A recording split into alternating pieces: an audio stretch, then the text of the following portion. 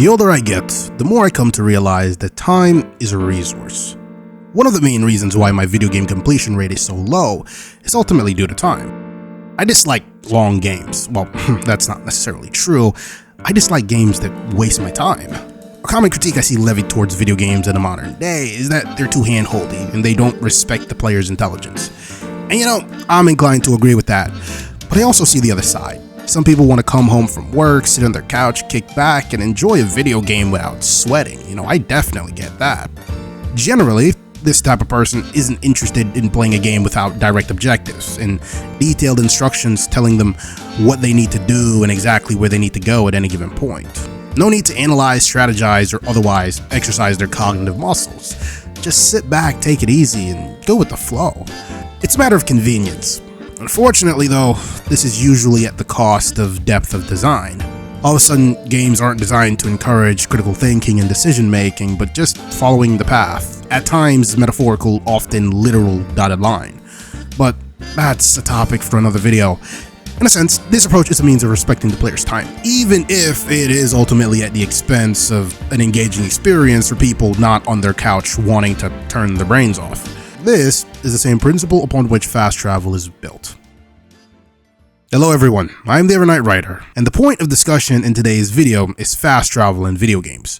If you find that this video brings any value to you, then consider subscribing, and if willing, tell me what you think in the comments. So, let's discuss fast travel.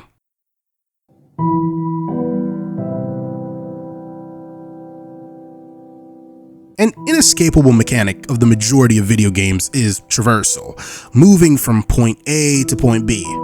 In recent years, we've seen a large influx of large open-world games. They promise expansive worlds where you can go anywhere and supposedly do anything. And generation after generation, these worlds only get bigger.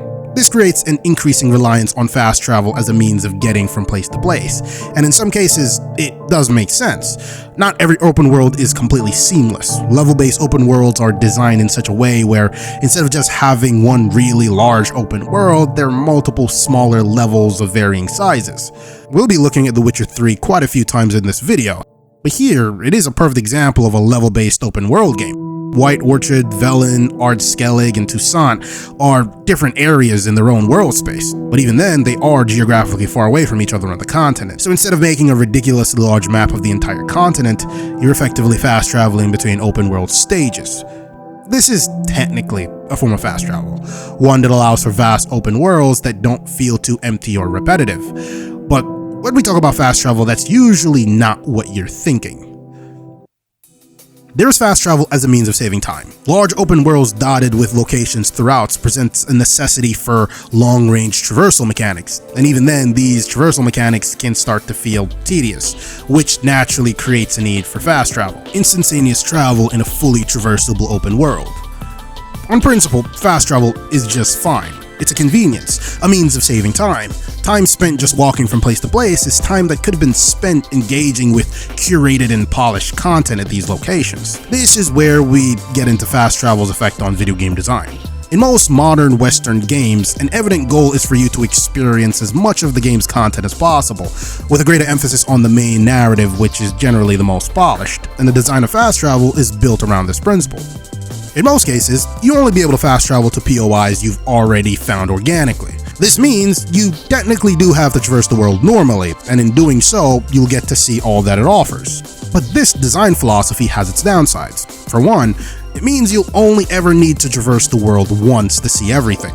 Think about it. Per Skyrim playthrough, how many times do you actually scale the quote-unquote 7,000 steps to the throat of the world? Or in The Witcher, how many times have you actually made the journey from Crow's Perch to Novigrad? For most of you, the answer is likely only once.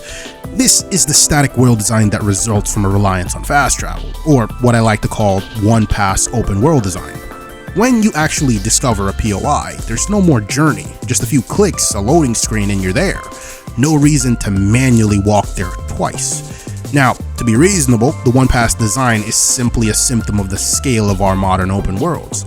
Worlds this big having dynamic changes and new quests popping up on the same path after you've already completed the old ones just isn't an expectation a lot of people have. Modern video games for the most part have sold a scale to the extent that smaller, deeper, and more dynamic isn't really something desired by the broader gaming populace. In The Witcher 3, when you pass through a village and do all the available contracts and side quests, you don't really expect to go back there 40 hours later and find anything new. That's despite the fact that 40 hours of playtime would likely be weeks in-game for the average playthrough. Passage of time is merely an illusion with no real consequence. And please note, because I know somebody is going to point this out, I'm not talking about quest follow-ups, and while I do love quest follow-ups to see the potential outcomes of a decision that I made, I'm talking about relatively new content after a certain amount of time has passed, or a certain amount of time after you've completed previous content, so not the same thing. These are the principles shared in most modern open world games, and these are the principles by which seamless instantaneous fast travel makes sense. So TLDR, it's not reasonable to expect games to move away from this one-pass design philosophy unless they also sacrifice the scale of their open worlds. Now, a natural and obvious downside of what I'm suggesting is the fact that without the one-pass design philosophy, it means players are more likely to miss content. And absolutely, what I am suggesting would cause players to miss content. But is that such a bad thing? A common cause of open world fatigue is the fear that you're missing content. Some people are naturally completionists and want to do as much as they can, and what I'm suggesting would make things a lot more difficult for people like that. And I can see it, I think it really comes down to preference. I don't like games that are just a checklist of things to do, and I don't mind missing meaningful content, as it makes potential future playthroughs that much more meaningful. At the same time, I understand and recognize how such a system might be frustrating for some. Now, a game like Skyrim, believe it or not, does unsuccessfully so try to alleviate the one-pass design, whether intentional or not. Things like Imperial prisoner transports, assassinations, and random courier messages presents encounters that you could potentially have whilst on the second pass through an area. The only problem is, these encounters are a lot less interesting than they sound and provide very little contained narrative value. Skyrim does try to incentivize exploration through its standing stone system. With these littered across Skyrim's map, it's reasons to just go off in a single direction without an objective. Of course, they'll eventually pop up on the compass, which gives you a straight line to follow, but even then, these are instantaneous fast travel points, so yeah. Since we're on Skyrim, let's discuss the survival mode system and how it changes exploration dynamics. Skyrim's survival mode wasn't an original feature on the game's release, and you can tell, the game wasn't really made with this in mind. For those unaware, survival mode in Skyrim does a few things. It makes certain features in the game have a meaningful impact on how you play. Food, sleep, and even the weather will affect your stats. But for our purposes, the only thing we really care about is the fact that it puts a severe limitation on fast travel. With survival mode, you can only fast travel to and from hold capitals. And not all of them, as some whole capitals, let's just say, are smaller, even by Skyrim standards. And while it is possible to fast travel to these smaller whole capitals, you wouldn't be able to fast travel out. Now, on paper, this forces the player to actually traverse the world. In theory, it's also supposed to force you to take into account locations where you can get food and where you can rest. Unfortunately though, due to Skyrim being a full loot RPG and the abundance of places where you can sleep, this system does have less of an impact than it probably should. But only limiting fast travel to whole capitals I think was a step in the right direction. If you need to get somewhere, you'd have to fast travel to the nearest hold capital, then make the journey there. Well, wait, hold on a minute. Is this really a step in the right direction? I mean, let's just think for a moment. Even if there was interesting encounters popping up on the path, does it really matter if the very act of traversal isn't engaging? Well, this is where I'd like to introduce my 3 elements of open world traversal: means of traversal, experience of traversal, and time to traverse. A balance of these mechanics is necessary to create worlds that need not be reliant on fast travel. So let's look at these elements starting with means of traversal. Recently, Cyberpunk 2077 had its 2.3 update where they added an auto drive mechanic. And I really started to question who exactly this feature was for, because I and most people actually enjoy the act of driving. Now, I'm sure there are some people who love this feature, and I mean, hell, it's great for recording background footage, but still, we can admit few people were actually requesting this. Interestingly enough, Cyberpunk does have an instantaneous fast travel system similar to The Witcher, yet if I were to run a poll, most people would probably have used it a lot less than they used the signpost system in The Witcher. Or think about pretty much any Grand Theft Auto game. How do games like that manage without fast travel despite having large open worlds? Well, driving as a means of traversal by its very nature is quite engaging, even more so when it's something built into the world's very design. In my absolutely terrible Cyberpunk retrospective, something that I discussed was the experience of driving. Night City is very realistic in its design, relative to the setting of course. This realism though comes with a few downsides depending on how you look at it, and it really is depending on how you look at it because I don't consider these downsides at all. Compared to Los Santos, the roads in Night City tend to be a bit more narrow. This combined with the more weighty feel of Cyberpunk's cars can make traversing around Night City on wheels a tad bit frustrating. Now I personally think it fits the more claustrophobic and chaotic feel of Cyberpunk's setting, but that's just me. In comparison, Rockstar purposefully designed Los Santos in a way that takes into account players zooming across the map at high speeds, so the roads tend to be a bit wider, unrealistically so. But it does lead to a more engaging driving experience, which I tend to prefer. And it is likely that the much anticipated Grand Theft Auto 5 will have wider than normal roads as well. All that being said, in both games there is little reliance on fast travel, simply because the means of traversal is engaging. Trying to stay on the road, not crashing, dodging other cars whilst moving at high speeds, entire games are built around that very mechanic. And even when fast travel is presented, most players will elect to not use it, as traversal is fun and engaging. Compare this to a game like Kingdom Come Deliverance 2, where traversal is basically either just walking, running, or strutting on horseback. You have a far greater incentive to fast travel from a purely means of traversal perspective. Another notable example is the recent Spider-Man games. Some people, including myself, play these games just to experience the web swinging. Now, to be fair, I do think the web swinging is a little too easy, and even with Spider-Man's 2 difficulty slider, it's clearly a system that was designed to be fairly brainless rather than relying on player skill to build momentum, but it does look and feel really cool, which adds to that engagement. Fast travel isn't really necessary there, but there is one more game I'd like to highlight for its traversal system. This is a game called Pathless. In this game, traversal is built around archery. Momentum is built as you shoot different targets, but it's not necessarily a system of aiming, it's a system of timing. To maintain said momentum, you must time your shots just right. The thing is, this game is fundamentally built around its traversal mechanics. Most open world games tend to do a lot more, so it isn't fair to compare them. But still, the means of traversal is so masterfully executed in this game that I think others can take note. Now, really, I've already discussed this partially in my discussions of one past open world design. The experience of traversal is literally what, how, and why you encounter things in the game. Having potentially interesting encounters while traversing the path, especially when these encounters are connected to the broader narrative of the world. Again, The Witcher 3 does this really well. I can think of many encounters I had with NPCs in the path that were connected to the broader Nilfgaardian conflict and the plague ravaging the continent. But the experience of traversal isn't just about the NPCs you meet. It also relates to how open worlds are structured and how they can affect traversal. Elden Ring stands as a masterclass in open world design and structure. This makes the experience of traversing Elden Ring's world for the first time truly unforgettable. A part of this is just the visuals, but it's also the people you meet, the battles you fight, and the paths you take, all together forming your first journey through the lands between. Elden Ring isn't a game built upon quest markers, yet the game does give you a clear objective: get to the Erd Tree, and the world is structured around this pursuit. Let's look a bit closer at the game's opening area, Limgrave. The game leverages environmental design to naturally move you towards the Gatefront ruins, where you will meet Melina. She gives you the objective of getting to the foot of the Erd Tree. From there are a few paths you can take.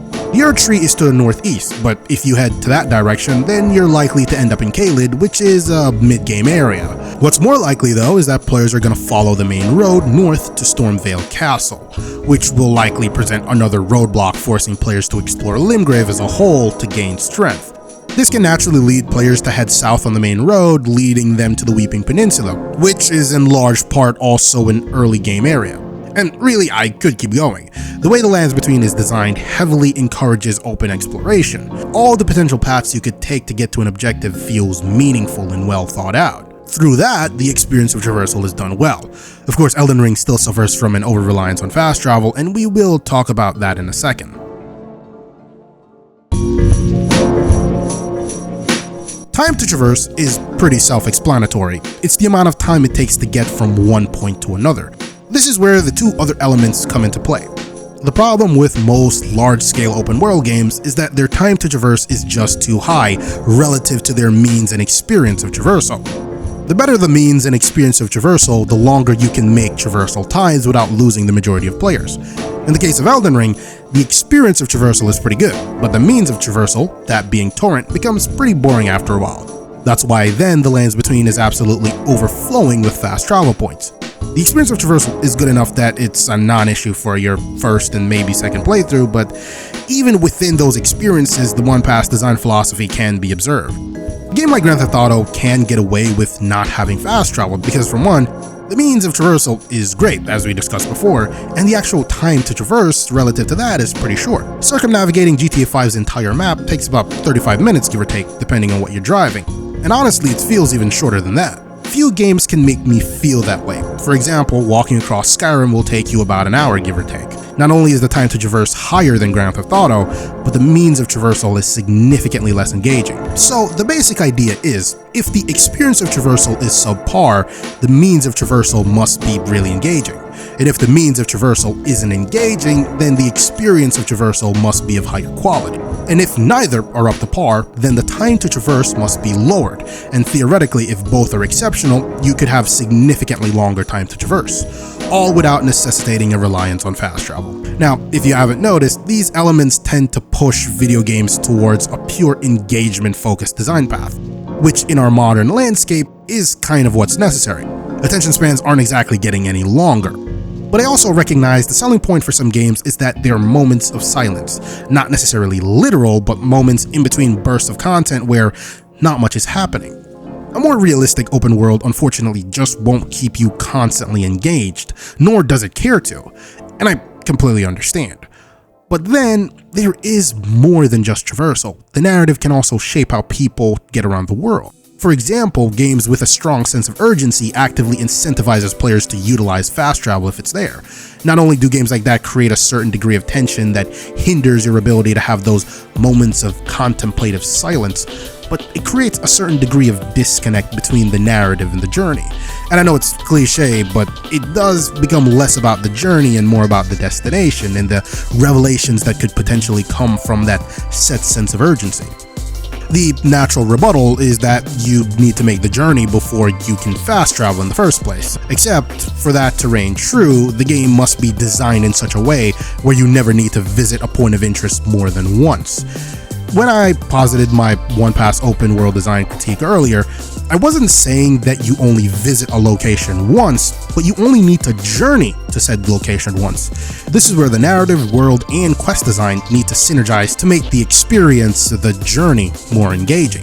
Designing a quest so that you need to make constant long journeys from locations far away from each other effectively makes fast travel a necessity, no matter how engaging the means or experience of traversal is. The journey needs to feel natural, and if and when the player might need to visit an old point of interest, space these out so that they don't have to do it too often, and the quest should be kept as local as possible to avoid traversal fatigue. In the end, fast travel isn't inherently bad. It's convenience, born from the scale of modern open worlds. But when games adapt the one-pass design, it can strip away that sense of adventure and make traversal meaningless. Great open worlds will balance means of traversal, the experience of traversal, and how long it takes to traverse their worlds. And if one is lacking, the others need to carry the weight. Otherwise, fast travel will become necessary to maintain an engaging experience.